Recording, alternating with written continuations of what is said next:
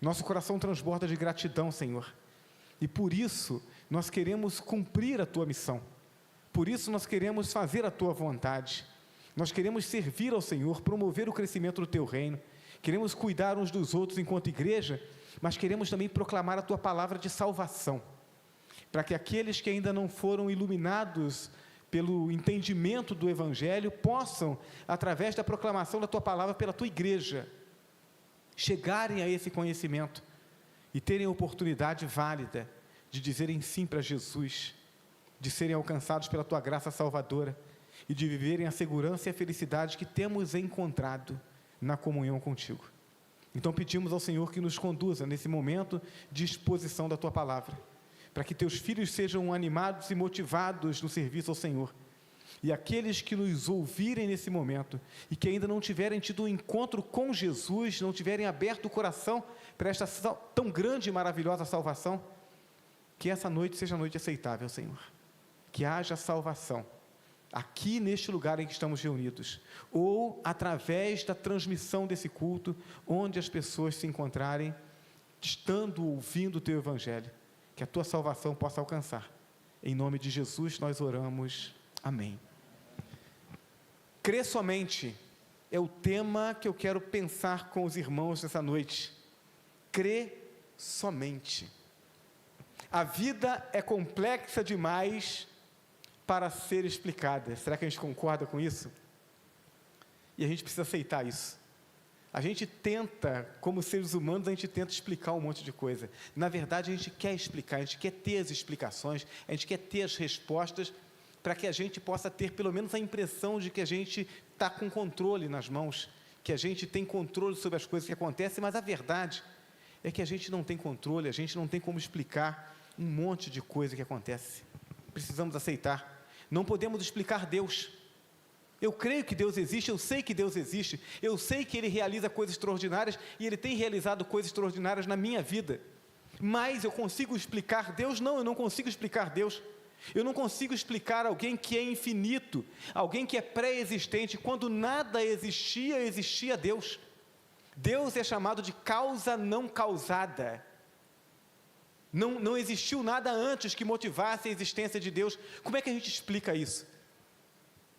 Mas ainda é mais fácil aceitar isso do que aceitar que o universo tem causa não causada. Alguma coisa criou o universo. Deus pré-existe. Não podemos explicar isso. Também não podemos explicar um universo que é infinito. A ciência já fala sobre multiverso. Além do nosso universo, outros universos possíveis. Não conseguimos explicar isso. Não conseguimos explicar a origem da vida.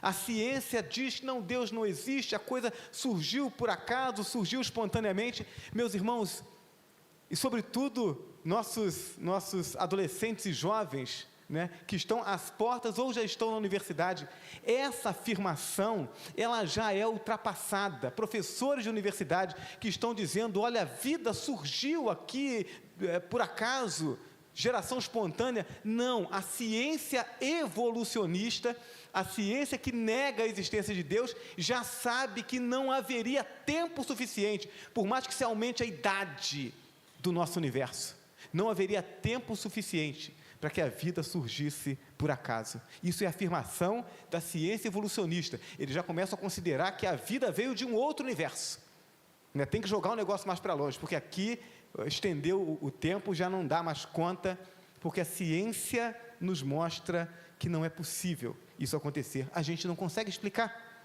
a origem da vida. E tantas outras coisas pequenas e grandes que fazem parte do nosso cotidiano, que a gente convive com elas, mas não consegue explicá-las, não do ponto de vista natural, do ponto de vista humano. A gente consegue aceitar o milagre de Deus, o Deus que faz milagre, o Deus que chama tudo à existência, o Deus que cria, dirige, sustenta, o Deus que cria tudo organizado. A gente não consegue explicar isso senão pelo milagre.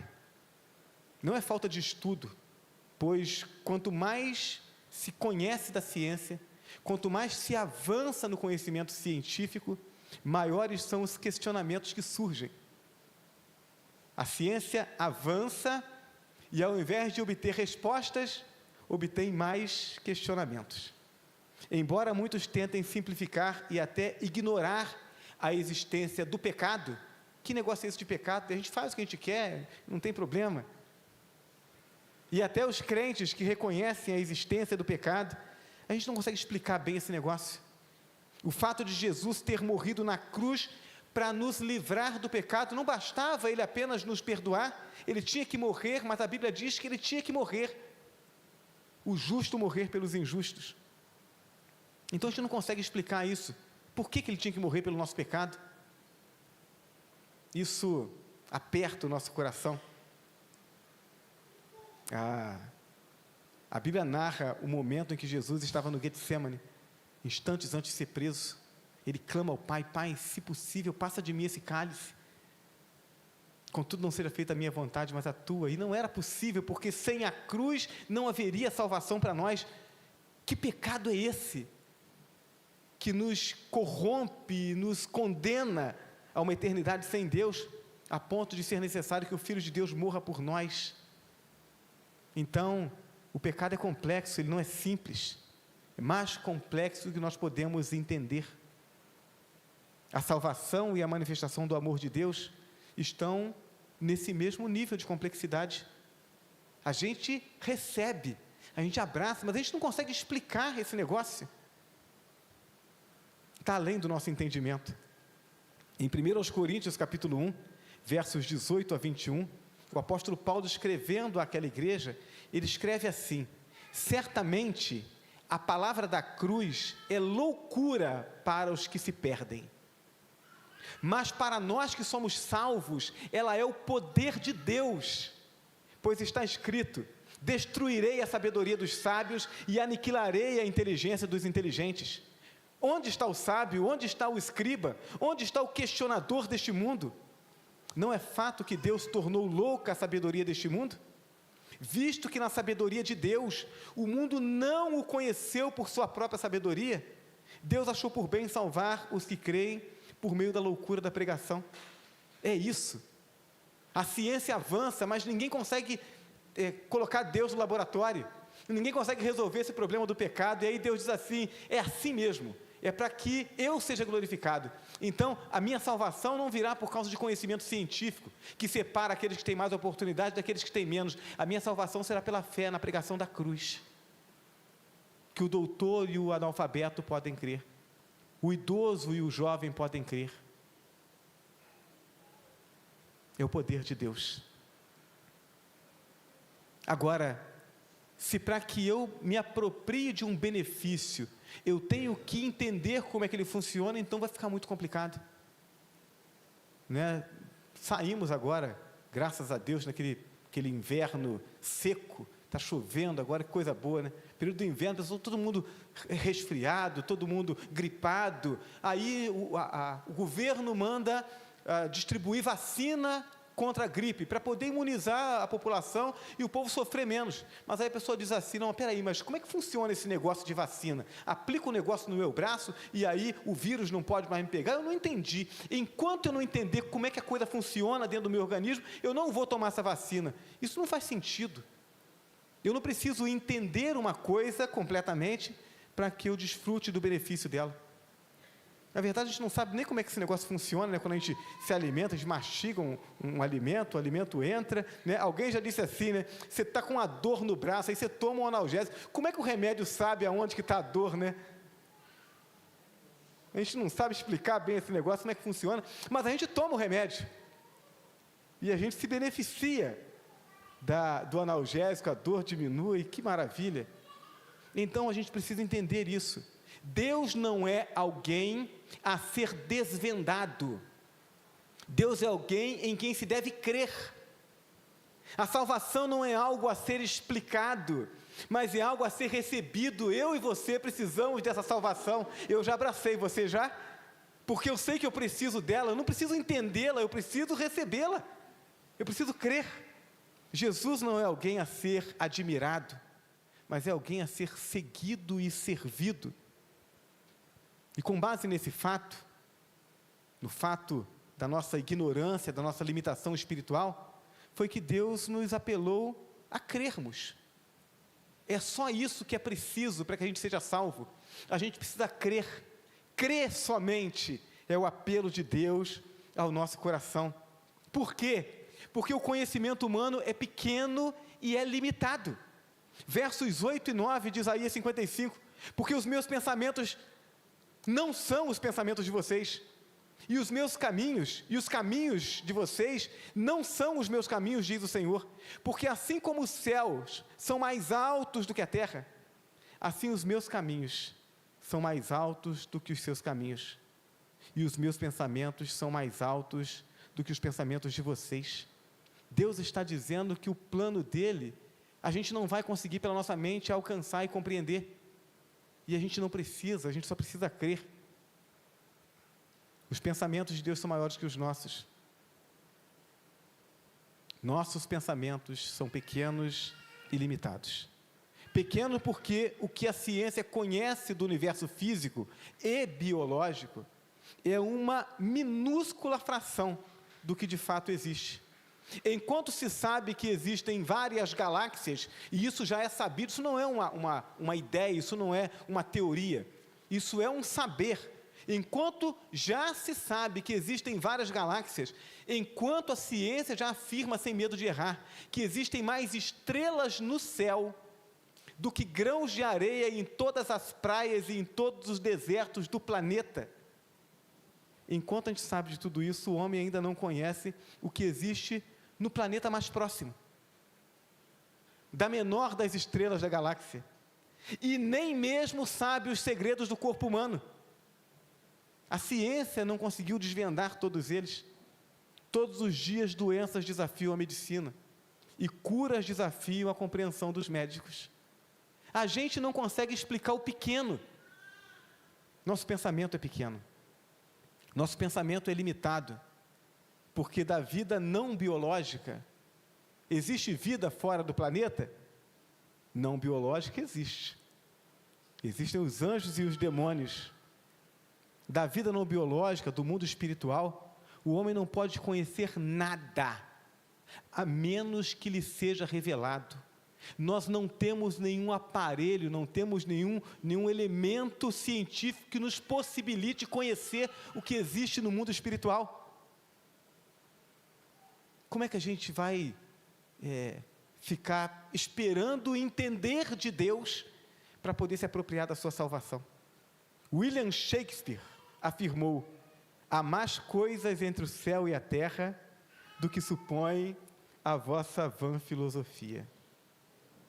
Então, Deus está escrevendo a sua história, que contém todo o universo visível e invisível, e por seu amor, Ele decidiu nos dar o privilégio de participarmos dessa história, mas somos apenas uma pequena fração dela. Deus está escrevendo a história, Deus ama a mim e a você, mas essa história, com todos os elementos que fazem parte dela, são muito maiores do que a gente pode imaginar, e ficar esperando entender isso, para poder se apropriar da salvação, é uma loucura.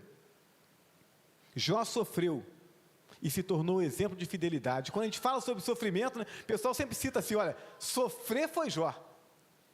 Até quem não lê Bíblia faz essa citação, né? Parece que o negócio caiu no conhecimento popular, né? Então Jó sofreu e se tornou um exemplo de fidelidade. Por sua fidelidade a Deus, ele prosperou. Mas quer saber uma coisa interessante sobre a vida de Jó?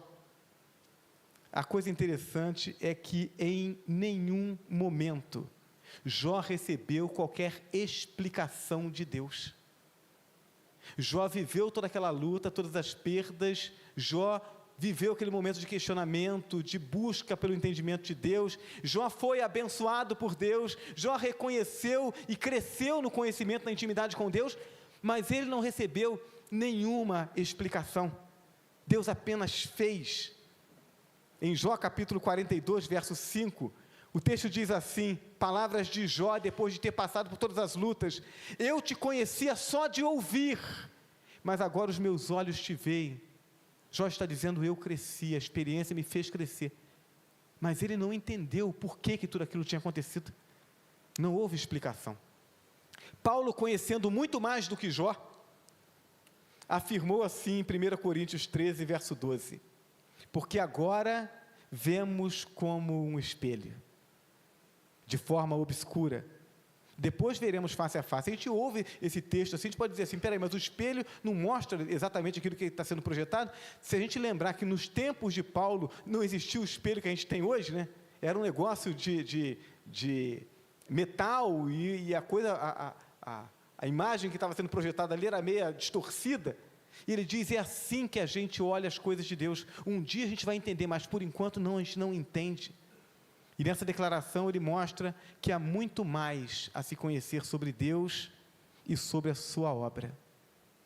Sabemos que Deus nos ama, isso sabemos, porque Ele não declarou o amor, Ele provou o seu amor, quando Ele se deu por nós. Então sabemos que Ele nos ama, pois em Jesus Ele sofreu e morreu por nós. Se Ele é grande demais para ser explicado, crê somente. É esse o apelo.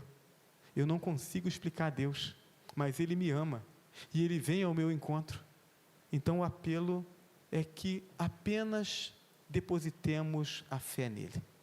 Crê somente. Crê somente, em segundo lugar, porque sua vida pode durar menos do que o seu questionamento.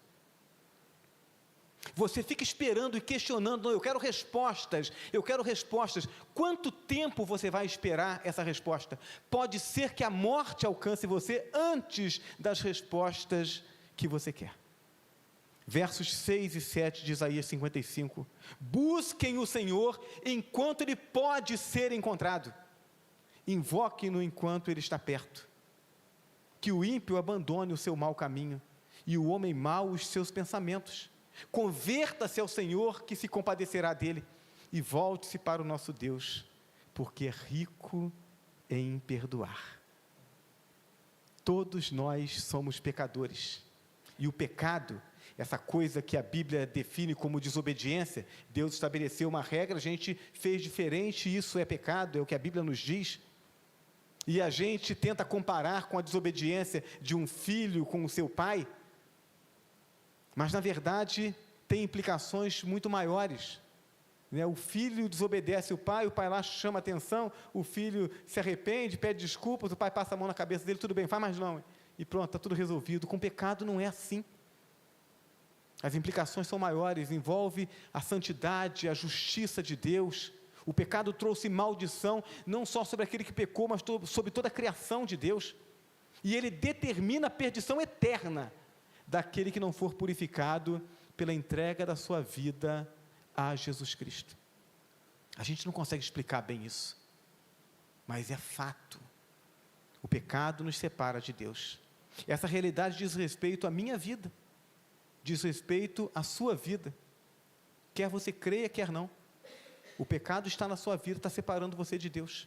E se você não entregar a sua vida a Jesus, não confessar, não aceitar o sacrifício dele como solução de Deus para resolver o seu problema de pecado, você vai fechar os olhos para essa vida e vai partir para a eternidade sem Deus. O apelo de Deus é para que o homem abandone seus pecados e busque ao Senhor. E isso só pode ser feito através da fé em Jesus Cristo. Evangelho de João, capítulo 14, versículo 6, Jesus diz, eu sou o caminho, a verdade e a vida, ninguém vem ao Pai senão por mim, não há outra forma de irmos a Deus senão através de Jesus Cristo. Mas o apelo bíblico não é apenas um apelo à fé em Jesus Cristo, é um apelo à urgência em fazer isso. O texto diz, busque ao Senhor enquanto Ele pode ser encontrado. Então o texto nos mostra que existe ou existirá um tempo em que não poderemos, aqueles que não buscaram em tempo, não poderão mais encontrar o Senhor. Conversava com o pastor João, que compartilhava comigo a dor do seu coração pela perda de um amigo. Obrigado, querido. Pastor João compartilhava a dor no coração dele pela perda de um amigo, um diácono. Levantou-se pela manhã, foi ao curral para tirar leite. Tinha toda uma programação para o dia. Ali, no curral, ele infartou. Infarto fulminante. Morreu ali. Graças a Deus, ele já havia sido alcançado pela graça de Deus. Ele já havia entregue sua vida a Jesus. Partiu com Deus, está na eternidade com Deus. Assim cremos. Agora, caso ele não tivesse encontrado Jesus, caso ele não tivesse confiado a sua vida nas mãos de Jesus, ele levantou da sua cama com todo o dia programado, talvez a semana programada. Ele não sabia que só tinha mais alguns minutos de vida. A gente não sabe quanto tempo que a gente tem de vida. E a gente fica questionando e esperando as respostas. Quando eu tiver todas as respostas, então eu me comprometo com Deus. Há muita coisa que eu ainda não entendo, meus irmãos. A gente abre a Bíblia, isso aqui é uma coisa fantástica. Porque isso aqui é a revelação do eterno, daquele que não tem princípio nem fim. Então a gente estuda, e todo dia a gente está descobrindo algo novo, é algo maravilhoso. Então tem muitas coisas que eu ainda não entendo. Não por falta de estudo ou por limitação, porque são coisas eternas. Mas uma coisa eu sei que eu preciso de Deus. Eu sei que sem Ele eu não consigo caminhar. Por isso eu entreguei minha vida nas mãos dEle. A gente precisa ter esse entendimento. Precisamos de Deus. Você pode questionar Deus por toda a eternidade. Senhor, tem umas coisas que aconteciam lá no planeta Terra. Eu não entendia bem. Um negócio de sofrimento, umas coisas ruins que aconteciam, umas pessoas que a gente pregava o evangelho e a pessoa não aceitava, e pai batendo em filho, e filho batendo em pai. Ô Senhor, que coisas terríveis. E você pode questionar pela eternidade. E Deus vai ter um prazer e uma alegria enorme em ir respondendo a você e dissipando aí as suas dúvidas. Na eternidade, seguro com Ele, depois da vida depositada nas mãos dEle. Agora, por hora, o que você precisa fazer é crer, confiar sua vida na mão dEle. Questione sobre todas as suas dúvidas depois que a sua vida estiver segura nas mãos dEle. Não antes, não esperando as respostas, porque pode ser que a morte chegue antes da resposta. Crê somente, em terceiro e último lugar, porque a palavra de Deus cumpre o seu propósito. Versos 10 e 11, porque assim como a chuva e a neve descem do céu, e para lá não voltam sem que primeiro reguem a terra, e a fecundem, e a façam brotar, para dar semente ao semeador e pão ao que come, assim será a palavra que sair da minha boca. Não voltará para mim vazia, mas fará o que me apraz, e prosperará naquilo para que a designei. Deus enviou a sua palavra, e a sua palavra cumprirá o seu propósito. Deus não é como o homem que perde tempo, que fala em vão, que erra e que depois se arrepende. Deus não se arrepende, porque Deus não erra. Deus conhece o passado e o futuro como algo presente diante dele. A palavra de Deus sempre produz o resultado para o qual ela foi designada. Qual é o resultado ela tem produzido na sua vida? Se você já veio aqui na igreja mais de uma vez, então você já tem um depósito da palavra de Deus no seu coração. Se você já ouviu alguém ler a Bíblia para você, ou se você já leu a Bíblia, você tem um depósito da palavra de Deus no seu coração. Essa palavra tem um propósito. Qual o propósito ela tem cumprido na sua vida? Esse propósito pode ser positivo. E aí em João 17, Jesus ora ao Pai, e ele diz assim, orando pelos discípulos: santifica-os na verdade, a tua palavra é a verdade. A palavra aqui, Jesus está rogando ao Pai que use essa palavra para promover santificação na vida dos seus discípulos, e na medida que você lê a palavra, se a sua vida está segura nas mãos de Jesus, essa palavra vai limpando você, ela vai aperfeiçoando, ela vai produzindo alegria no coração, vai dando direção, ela santifica.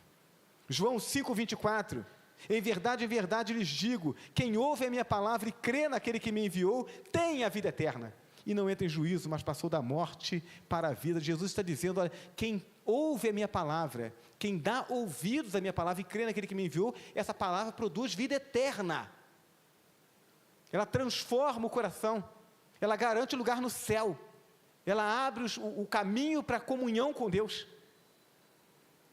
Efeitos positivos da palavra. João 8, 31 e 32. Então Jesus disse aos seus discípulos que haviam crido nele, se vocês permanecerem na minha palavra, são verdadeiramente meus discípulos, conhecerão a verdade e a verdade os libertará. Jesus está dizendo que essa palavra, o conhecimento dela, o comprometimento com ela, produz libertação e salvação. Então, esse é o propósito positivo que a palavra de Deus quer cumprir na sua vida. O meu desejo sincero é que todos que estão ouvindo essa palavra estejam experimentando isso. Se ainda não experimentaram, estejam experimentando agora isso.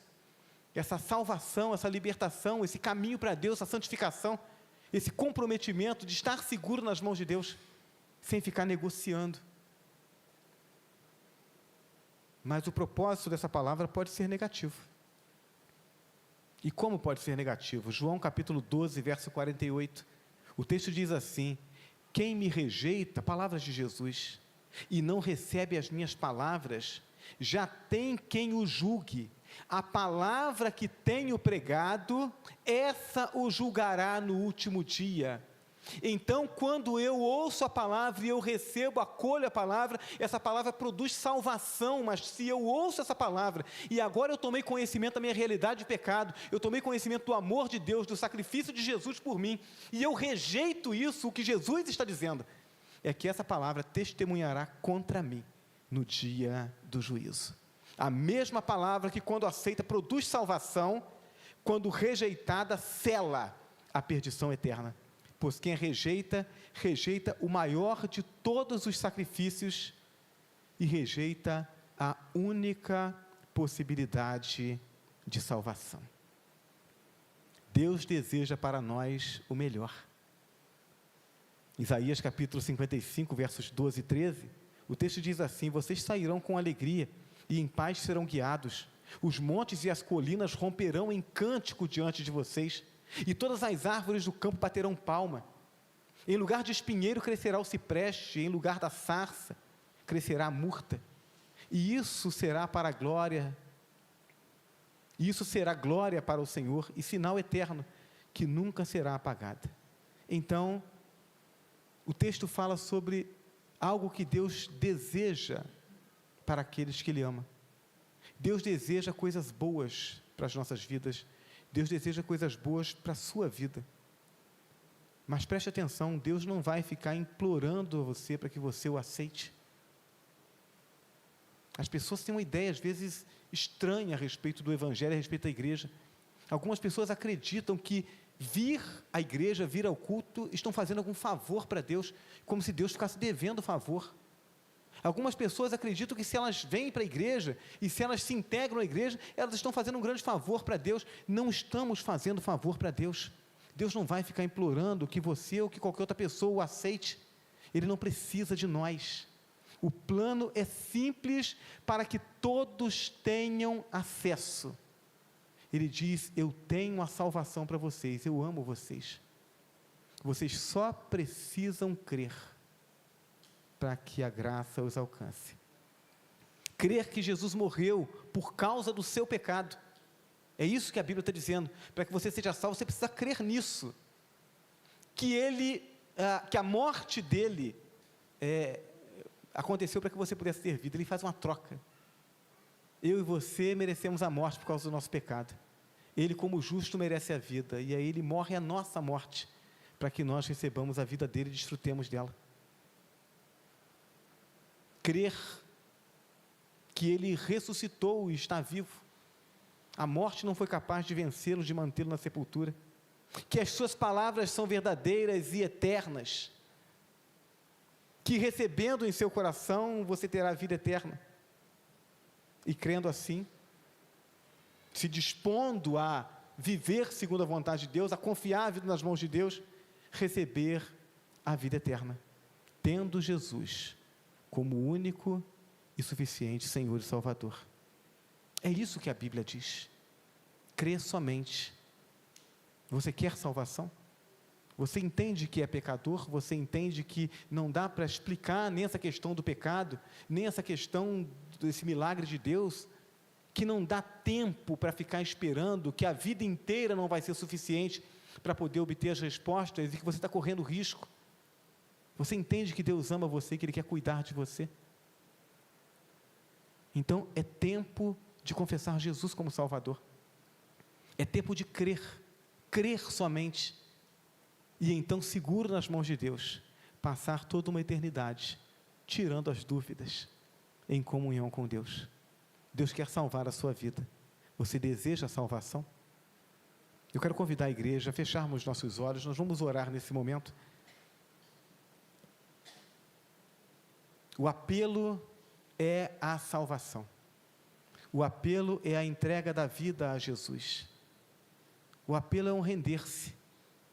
Render-se diante da limitação, diante da fraqueza, e dizer: Senhor, eu reconheço que eu não consigo dar conta desse problema de pecado, mas eu quero a salvação, eu quero o perdão, eu quero a vida. Então eu renuncio aos questionamentos, e eu abro o meu coração para que a graça do Senhor me alcance. Você deseja receber essa salvação? Se você deseja, onde você está, ore comigo assim: Senhor Deus, obrigado por essa palavra nessa noite, obrigado porque o Teu Espírito me trouxe até esse lugar, para que eu pudesse ouvir essa palavra.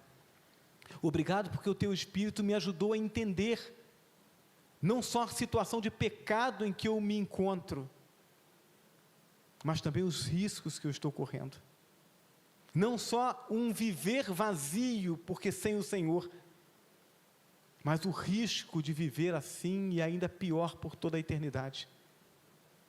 Obrigado, Senhor, porque o Teu Espírito me ajudou a entender que eu não tenho que fazer nenhum tipo de sacrifício. Todo o sacrifício já foi feito. Eu preciso apenas crer. Então, Senhor, eu creio que Jesus morreu na cruz por mim, que Ele pagou na cruz o meu pecado, mas que ressuscitou e está vivo. Eu creio que o Teu Espírito Santo quer habitar em mim e me fazer Teu filho, através da fé em Jesus Cristo. Então, eu abro o meu coração, e eu confesso Jesus Cristo como meu único e suficiente Salvador, para que o Teu Espírito habite em mim e eu sirva ao Senhor, e viva em comunhão contigo agora, e por todos os dias da minha vida, e por toda a eternidade, em nome de Jesus, amém. A igreja continua em oração, e eu quero dar oportunidade, talvez nós tenhamos aqui no templo, aqui no salão de culto, alguém que entrou sem ter confessado Jesus ainda, e que, tendo entendido, orou e entregou a vida a Jesus. E se você é essa pessoa, eu gostaria de conhecer você, eu gostaria de me alegrar com você, e gostaria de orar com você. Se você fez essa oração e entregou sua vida a Jesus, você pode levantar sua mão onde você está? Alguém nessa noite que gostaria de tornar pública essa decisão? Eu orei, pastor, eu entreguei minha vida a Jesus, e eu sei que agora o milagre já aconteceu. Alguém? Se há, levante a sua mão, eu quero orar com você, eu quero me alegrar com você. Nós temos pessoas também do outro lado da transmissão, que podem estar ouvindo essa palavra em lugares os mais diversos, não importa. Se você fez a oração, se você entregou sua vida a Jesus, o milagre aconteceu. E aí você precisa entrar em contato conosco, para que a gente possa ajudar você nessa caminhada. Nós louvamos a Deus, por Deus nos dar essa oportunidade de proclamarmos a palavra dEle, e de juntos celebrarmos essa salvação que está na mão dEle, que Ele compartilha conosco. Meu desejo é de que todos os que estão presentes aqui, de fato, já tenham tomado essa decisão, e que então ninguém volte para casa correndo esse risco, o risco de estar sem Deus, mas que todos voltem para casa nessa noite, desfrutando da alegria da comunhão com o Eterno, com o nosso Criador e Salvador. Amém, irmãos? Eu quero convidar os irmãos a se colocarem de pé. Nós vamos orar mais uma vez. Deus amado e bendito, muito obrigado, Senhor, porque o Senhor nos dá a oportunidade de compartilharmos da Tua palavra. Temos um desafio, Senhor, o desafio de, tendo a Tua palavra em nós, não só em nossas mãos, mas em nosso coração, de compartilharmos essas palavras com aquelas pessoas que não vieram aqui, mas que convivem conosco no dia a dia, e que a partir, talvez de hoje à noite ainda, chegando em casa, encontrando familiares, ou a partir de amanhã no trabalho, na escola, na vizinhança, ajuda-nos a, com disposição e com intencionalidade, buscarmos oportunidades para falarmos do Teu amor e da Tua salvação, para que a Tua graça alcance a tantos outros, como um dia nos alcançou. Louvamos o Teu nome e agradecemos em nome de Jesus. Amém? Muito bem, os irmãos podem se assentar, estamos caminhando para o final do nosso culto.